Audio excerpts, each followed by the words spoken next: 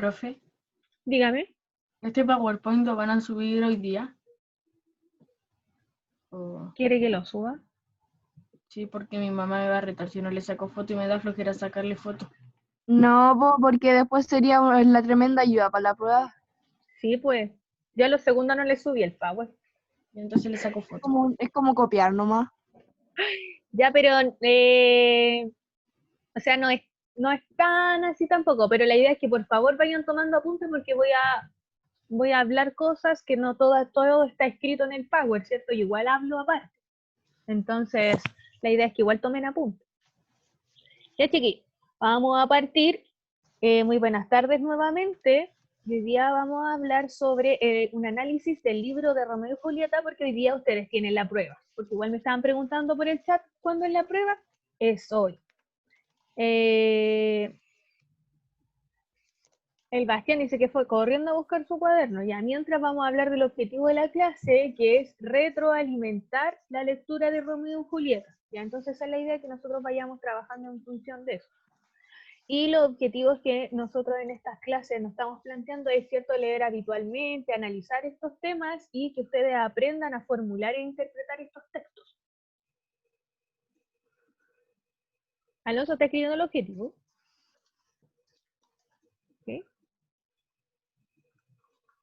Ahí viene el Bastián. Llegó el Bastián. Ya bien. Podemos seguir.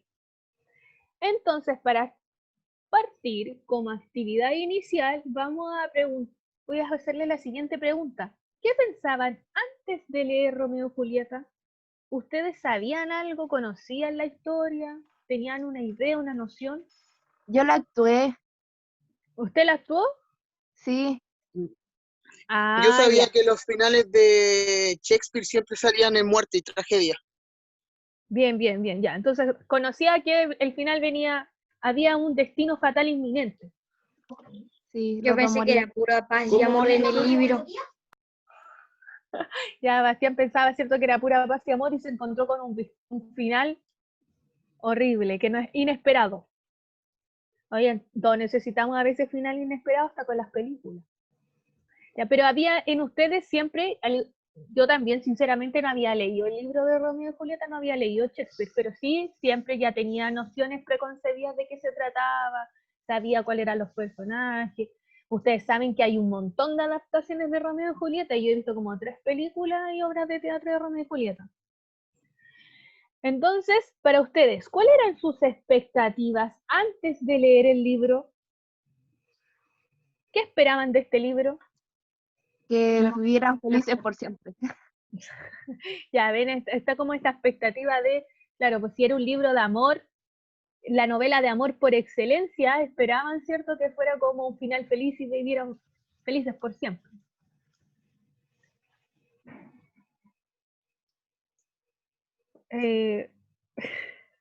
Ya, entonces, para partir, vamos a hablar un poquito del autor, que siempre es importante hablar un poquito de los autores de los libros para conocer más o menos, por ejemplo, por qué escribieron esto, por qué no. Pero nos pasa algo muy complejo con William Shakespeare, que él no tiene como... es tan antiguo que no existe como una bibliografía muy amplia. Entonces, cuando uno investiga sobre la bibliografía de William Shakespeare, con suerte nos sale ya que fue el tercero de los hermanos, etcétera, y como que esa información tampoco es tan relevante en su vida. Entonces, como que tiene muchas lagunas, no se sabe por qué se escribió, o algún suceso en particular lo influyó, etcétera, pero no hay mucha información. Entonces, lo que sí podemos saber es que él es un dramaturgo y es un actor y un poeta inglés. Me faltó una tilde ahí en inglés. Me disculpo. Pero lo único que sabemos, sí, evidentemente, que es en el siglo XX, sus obras fueron adaptadas en multitudinarias ocasiones. William Shakespeare, sus obras se han reinventado una y mil veces. Por eso él pertenece, que uno de los pocos autores de que sus novelas, varias de ellas pertenecen al canon literario por excelencia, ¿ya? Que no muchos autores lo pueden ver, con suerte tiene una, pero William Shakespeare tiene varias, ¿ya? Por todo tipo de movimientos artísticos se han reinventado estas novelas, intelectuales y arte dramático. Las comedias o tragedias shakespearianas han sido traducidas a las principales lenguas, siendo constantemente objeto de estudio, ya que representan diversos contextos culturales, políticos de todo el mundo, ¿ya? Por eso es como tan amena, porque tiene como tiene temáticas que son transversales, que le suceden en distintas épocas, en distintas personas, en distintas culturas, como que esto vuelve a aparecer nuevamente. Entonces aquí tenemos igual como esta reinvención de que la obra Romeo y Julieta, cuando la hace Leonardo DiCaprio, que está en la película, también hay otra obra que es anterior a esa, hay como 3 películas que yo le había mencionado. Nosotros también hicieron, en Chile se hizo una de Romeo y Julieta, como una adaptación de Romeo y Julieta, pero cierto que acá tenemos esta riña interna entre los Capuletos y los Montescos. Y acá en Chile, cuando se hace la película, no recuerdo el nombre cuál es, se hace esta riña entre la hinchada del Colo y la hinchada de la U. Entonces, estos dos jóvenes se enamoran, pero son de bandas rivales, entonces no pueden estar juntos. Entonces, como que se reinventa de nuevo, porque pasa una y otra vez, ¿ya? Entonces, una de sus obras más importantes tenemos El sueño de una noche de verano, que se escribió, tampoco hay como unas fechas exactas tampoco de cuándo empezó a escribir William Shakespeare, cuánto las terminó, entonces como que está esto que más o menos se piensa que fue en 1595. Después tenemos a Romeo y Julieta en 1597, tenemos a Hamlet, ya, de 1599 a 1601, Macbeth, que también es muy famosa, 1606, y Otelo, ya, 1603. Y también todas estas obras se han traducido a distintas lenguas y se han analizado en multitudinarias ocasiones. Para eso vamos a partir viendo el argumento de la obra en sí. ¿De qué se trata, cierto?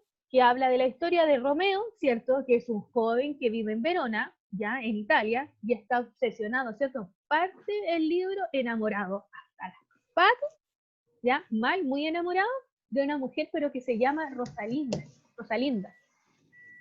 ¿cierto? Y está enamorado a morir de ella, y habla de ella, y está introspectivo, está solitario, solo la ama a ella, y habla de ella, y ella es la luz de su vida, etcétera, ¿cierto? Y, dígame. ¿Es Rosalina o Rosalinda? Rosalinda. Sí, Rosalinda. Sí. Y su amor es tal que le impide, ¿cierto? Comer, vivir, dormir. Es como que Romeo no puede hacer nada porque está tan enamorado de Rosalinda y Rosalinda nada, no lo pesca nada. Entonces, tiene como un amor no correspondido. Sin embargo, cierto que tiene sus amigos que es Benvolio y Mercucio, es cierto que lo convencen esa noche de ir a una fiesta a la casa de los Capuletos, que son sus amigos fatales. Y se disfrazan con máscaras, porque era una mascarada esa fiesta. Y asisten. Porque los amigos, ¿cierto?, les dicen que según ellos no es posible estar enamorado de una sola mujer. Y están convencidos que Romeo encontrará otra mujer más bella, porque asocian, ¿cierto?, que el amor, él asocia, por ejemplo, a Romeo cuando describe a Rosalinda solo porque es hermosa, es bella, que es el ángel más hermoso del mundo, y por eso está enamorado de ella, solo de una belleza física. No hay otra atracción más. Y ellos también le dicen que pueden puede encontrar una mujer más bonita y se puede enamorar de ella, ¿cierto? Solamente evocaba la belleza.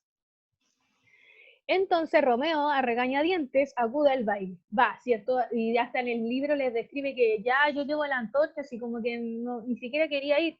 Bueno, y para su sorpresa, efectivamente se queda, ¿cierto?, prendado, enamorado, amor a primera vista, nuevamente de la belleza superior que es la joven Julieta. Que, ¿cierto?, que nos dice, ¿cuántos años tiene Julieta? 14. Y cierto, le dice, es más, la mamá le dice, aún no cumples 14 años. Yo a tu edad ya tenía un hijo.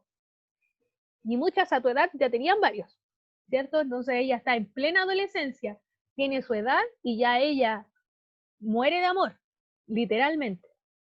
Entonces Julieta, sorprendida por las dulces palabras del joven que se le acerca, también siente el flechazo del amor en un solo golpe de vista.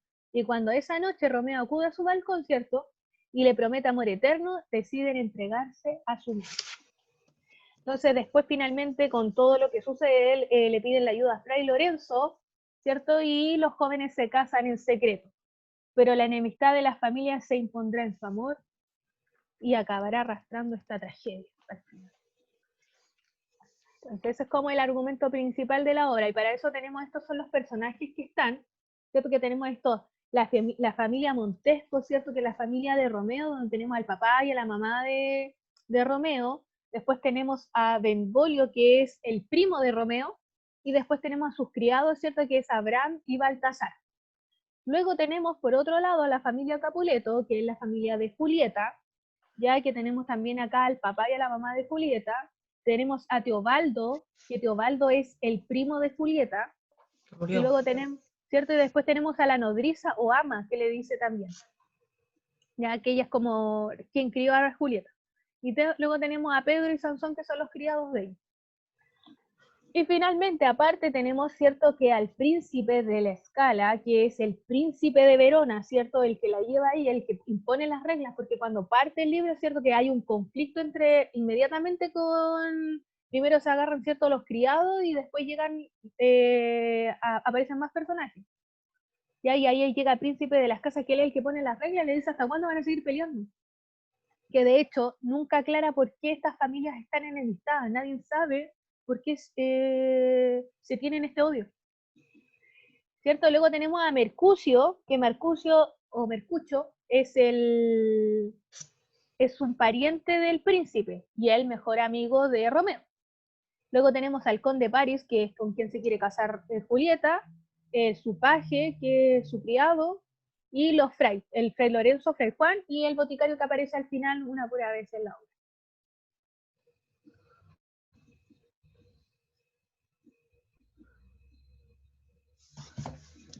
Ya. Luego vamos a describir acá un poco el ambiente físico de la novela, ¿cierto? Que está enmarcado primero que siempre nos nombran a Verona, que acá tenemos un mapa, y Verona está acá en Italia, ¿cierto? Que es una gran ciudad de Italia. Cabe recalcar que cuando se hace la investigación, así como para saber en realidad si Romeo y Julieta y en qué se inspira, se dice que es real, una historia real, ¿ya? Basada en hechos reales, pero que no sucedió en esa ciudad. Pero sí Shakespeare se inspiró en un acto que sucedió, ¿ya? Entonces pasa, ¿cierto?, en Verona, en Italia, y también cuando Romeo es desterrado, también se van hacia, ¿cómo se llama la ciudad, la otra que? Hacia Mantua, ¿cierto? Que tenemos estas dos ciudades.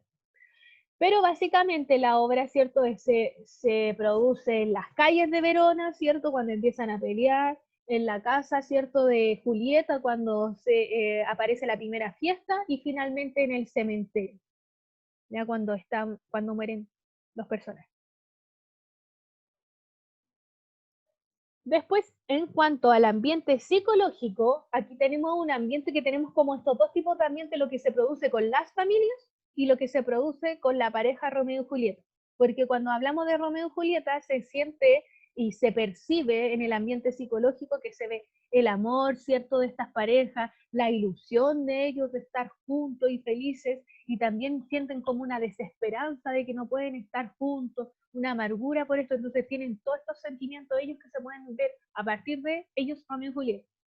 Y por otro lado tenemos este ambiente psicológico que se ve a través de esta riña entre los Capuleto y los Montesco, que hay un ambiente hostil, iracundo, ¿cierto? Siempre es desconfiable, siempre hay problemas, hay riña, de la nada se miran, ¿cierto? Y como que, ya él me hizo con un dedo, me voy a enojar. Y luego, en cuanto al contexto histórico de la novela, ya que es, por ejemplo, el contexto histórico enfocado a cuáles son los años que se ven en la novela, qué año representa, qué época representa, podemos decir que está enmarcado dentro del Renacimiento, ¿ya? Porque hay ciertas estas peleas de espadas que son muy de Edad Media, pero ya no están en la Edad Media. Entonces, estamos partiendo como en el Renacimiento a partir del siglo XV, ¿ya? Entonces ahí se va viendo, como que nos dan cuáles son las claves de que nos dicen que están evocados en este contexto histórico, por ejemplo, porque hay un aspecto social que son las riquezas familiares, ¿cierto? Porque tenemos a la familia de los Montesco y los Capuleto, que igual ambos tienen, se nota que son burgueses, hacen fiestas, ¿cierto? Tienen paje, tienen sus criados, etcétera. Tienen como una situación económica que está bien sustentada, que no son simplemente unos plebeyos. Luego tenemos, en cuanto a un aspecto político, se ve como una jerarquización de las personas, porque tenemos, ¿cierto?, que se nombra a la nobleza, que está el príncipe, después tenemos al clero, que tenemos a los frailes que están en la historia, luego tenemos a los burgueses, que son estas familias de los Capuletos y los Montesco, y luego vienen estos criados, campesinos, etc. Se ve muy marcada la pirámide jerárquica de las posiciones sociales. Y finalmente, como lo que más podemos recalcar que trata del romanticismo es que aquí hay un sentimiento que prima, que es el individualismo, de que yo, sin, por ejemplo, Romeo y Julieta, sin pensar en lo que está sucediendo en su familia, etcétera, ellos están velando por su bienestar, por su amor, por lo que ellos quieren, no como un sacrificio, sino como que yo lo quiero hacer porque yo estoy pensando en mí, yo soy importante, que eso no se veía antes en la Edad Media. Y ahora vamos a hablar un poco de la tragedia. Entonces, de la tragedia. Sabemos entonces que Shakespeare es un drama, ¿cierto? Una obra dramática que se expone en obras teatrales. Y para definir primero, según la Real Academia Española, la tragedia, esta aparece primero en la Grecia antigua, ¿ya? Y ahí podemos ver el ejemplo, ¿cierto?, que decía el compañero, que hablaba sobre Edipo Rey, que ahí también mueren todos. Entonces aparece primero en Grecia antigua como un género teatral en verso que con ayuda de un coro y varios actores desarrolla temas de la antigua épica, centrados en el sufrimiento, la muerte y las peripecias dolorosas de la vida humana, con un final funesto y que mueve a la compasión o al espanto.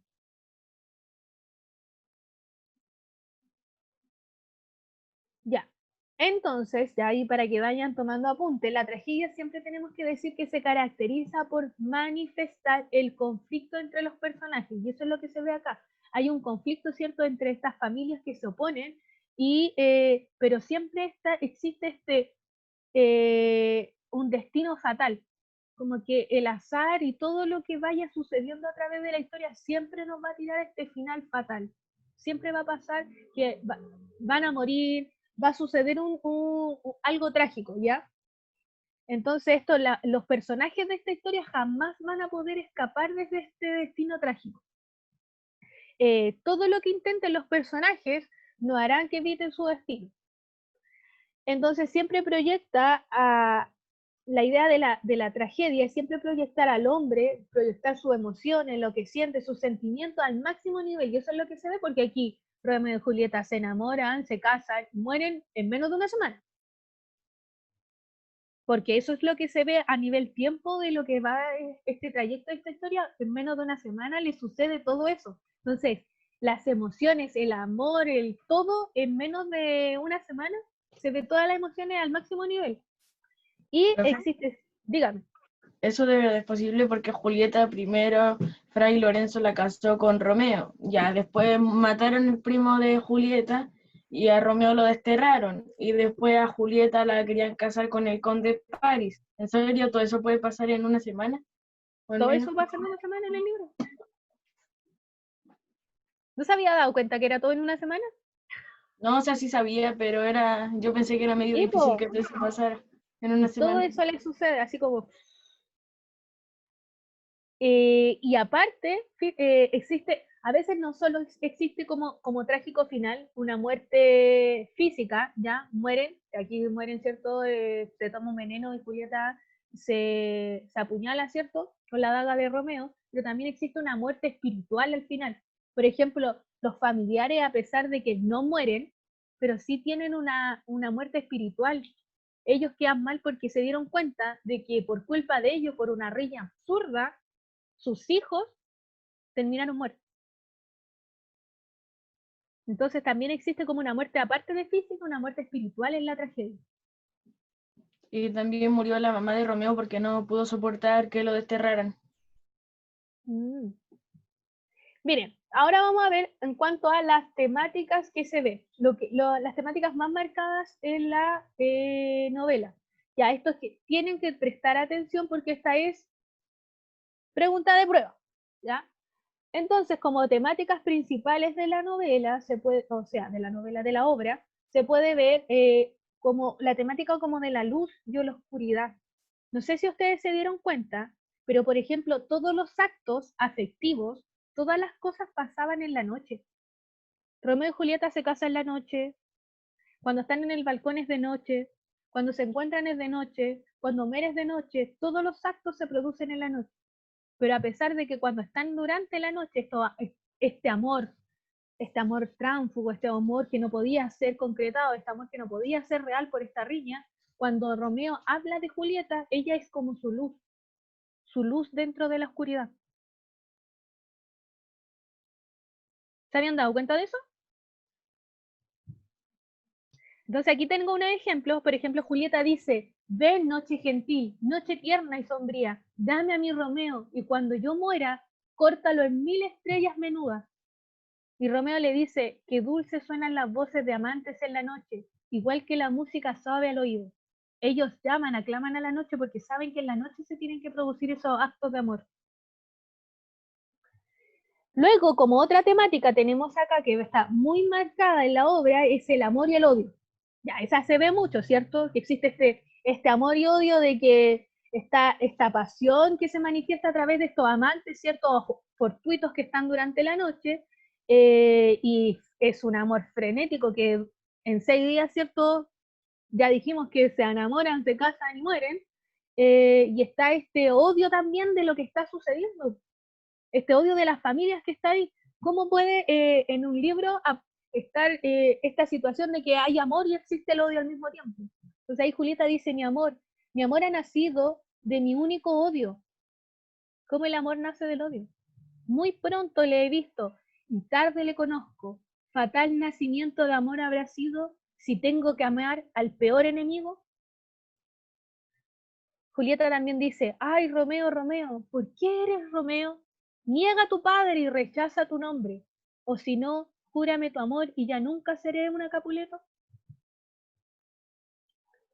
Y finalmente tenemos la última temática que es como el destino y el azar, ¿ya? Como que es lo que habíamos hablado de que también este libro, ¿cierto? Que dijimos que es una tragedia, ya sabemos que como es una tragedia, tiene un destino fatal. Sabemos que va a pasar algo malo. Y los personajes no pueden salir de ahí, no pueden terminar en otra cosa que no sea su destino inminente, que va a ser mal. Entonces, el enfrentamiento entre estas familias enmarca este trágico desenlace. Parten diciendo de que ellos se odian, entonces no pueden estar juntos y el destino siempre, a pesar de su amor y de todo lo que puedan hacer, nunca van a ser felices. Entonces aquí tenemos a Fray Lorenzo. Profe, Dígame. ¿a qué hora va a subir la prueba? A las 3. Ya, donde dice Fray Lorenzo, el gozo violento tiene un fin violento, y muere en su éxtasis como fuego y pólvora, que al unirse estallan. La más dulce miel empalagada de pura delicia, y al probarla mata el apetito. Y aquí tenemos otra cita textual que así que demuestra, ¿cierto?, de que el destino y el azar siempre iban a terminar con esta familia, con esta pareja nunca iba a poder estar junta. Ya.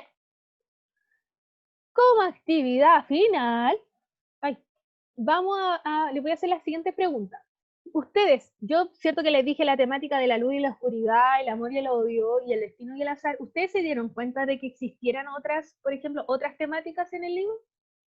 ¿De qué más se puede hablar del libro?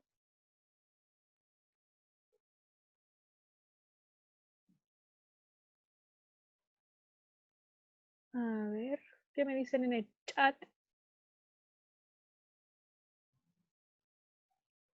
¿Alguna otra temática a ustedes se les ocurre otra cosa?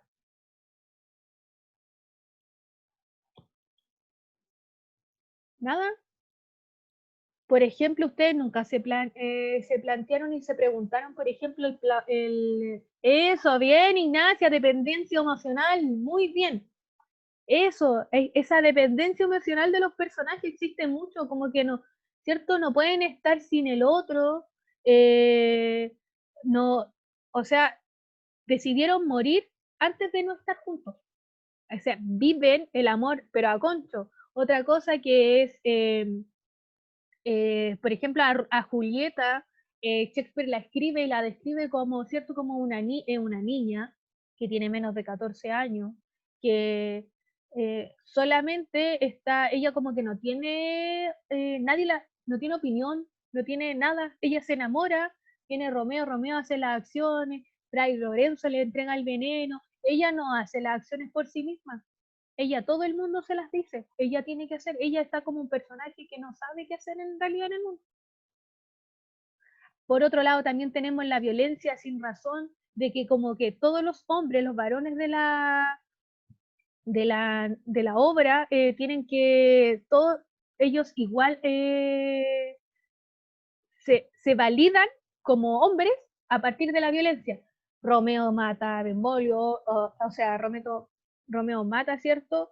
Al otro personaje después de la muerte de Mercucio, mata a Paris, ¿ya? Entonces como que él se valida como hombre a partir de esta muerte, de esta riña, de que los personajes al principio cuando empiezan a hablar los criados dicen, no, vamos a pelear, porque así se ven los hombres, y la cuestión como que la violencia está todo el entorno del libro, que también es otra temática que se puede hablar.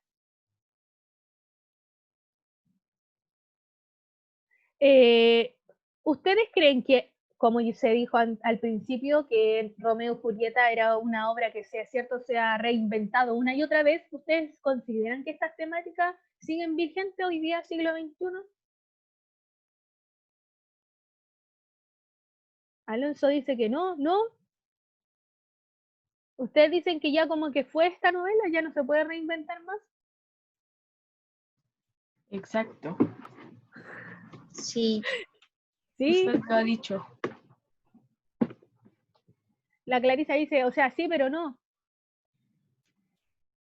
Ya, pero Clarisa, igual también usted hasta la dramatizó esta obra. ¿Usted cree que todavía siguen estos amores adolescentes tan fervientes? Que no pueden Clarisa, más. ¿fuiste la ama o fuiste ¿Cómo? Romeo? ¿A quién Acá, interpretas? por ejemplo, Matías dice una versión más moderna. ¿Ven? Sí, sí. Eso es como esta reinvención. Si existen obras, películas mucho más modernas, hasta esa que les nombraba yo, que nosotros éramos como este tópico de esta hinchada del Colo y la U y se enamoramos. Y finalmente, ustedes, a partir de que ustedes ya sabían más o menos de qué se trataba Romeo y Julieta, ustedes cambiaron después de leerlo, sintieron que hoy no sabía tanto me gustó igual.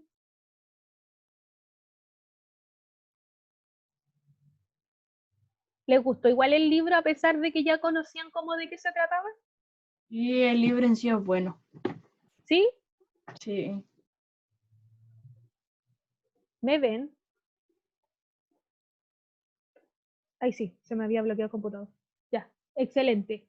Muy bien, todavía hay amores, pero no creo que una niña de 13 años se enamore de un hombre de 18 y se case. Sí, como que igual no describe bien qué edad tiene Romeo, como que no se sabe.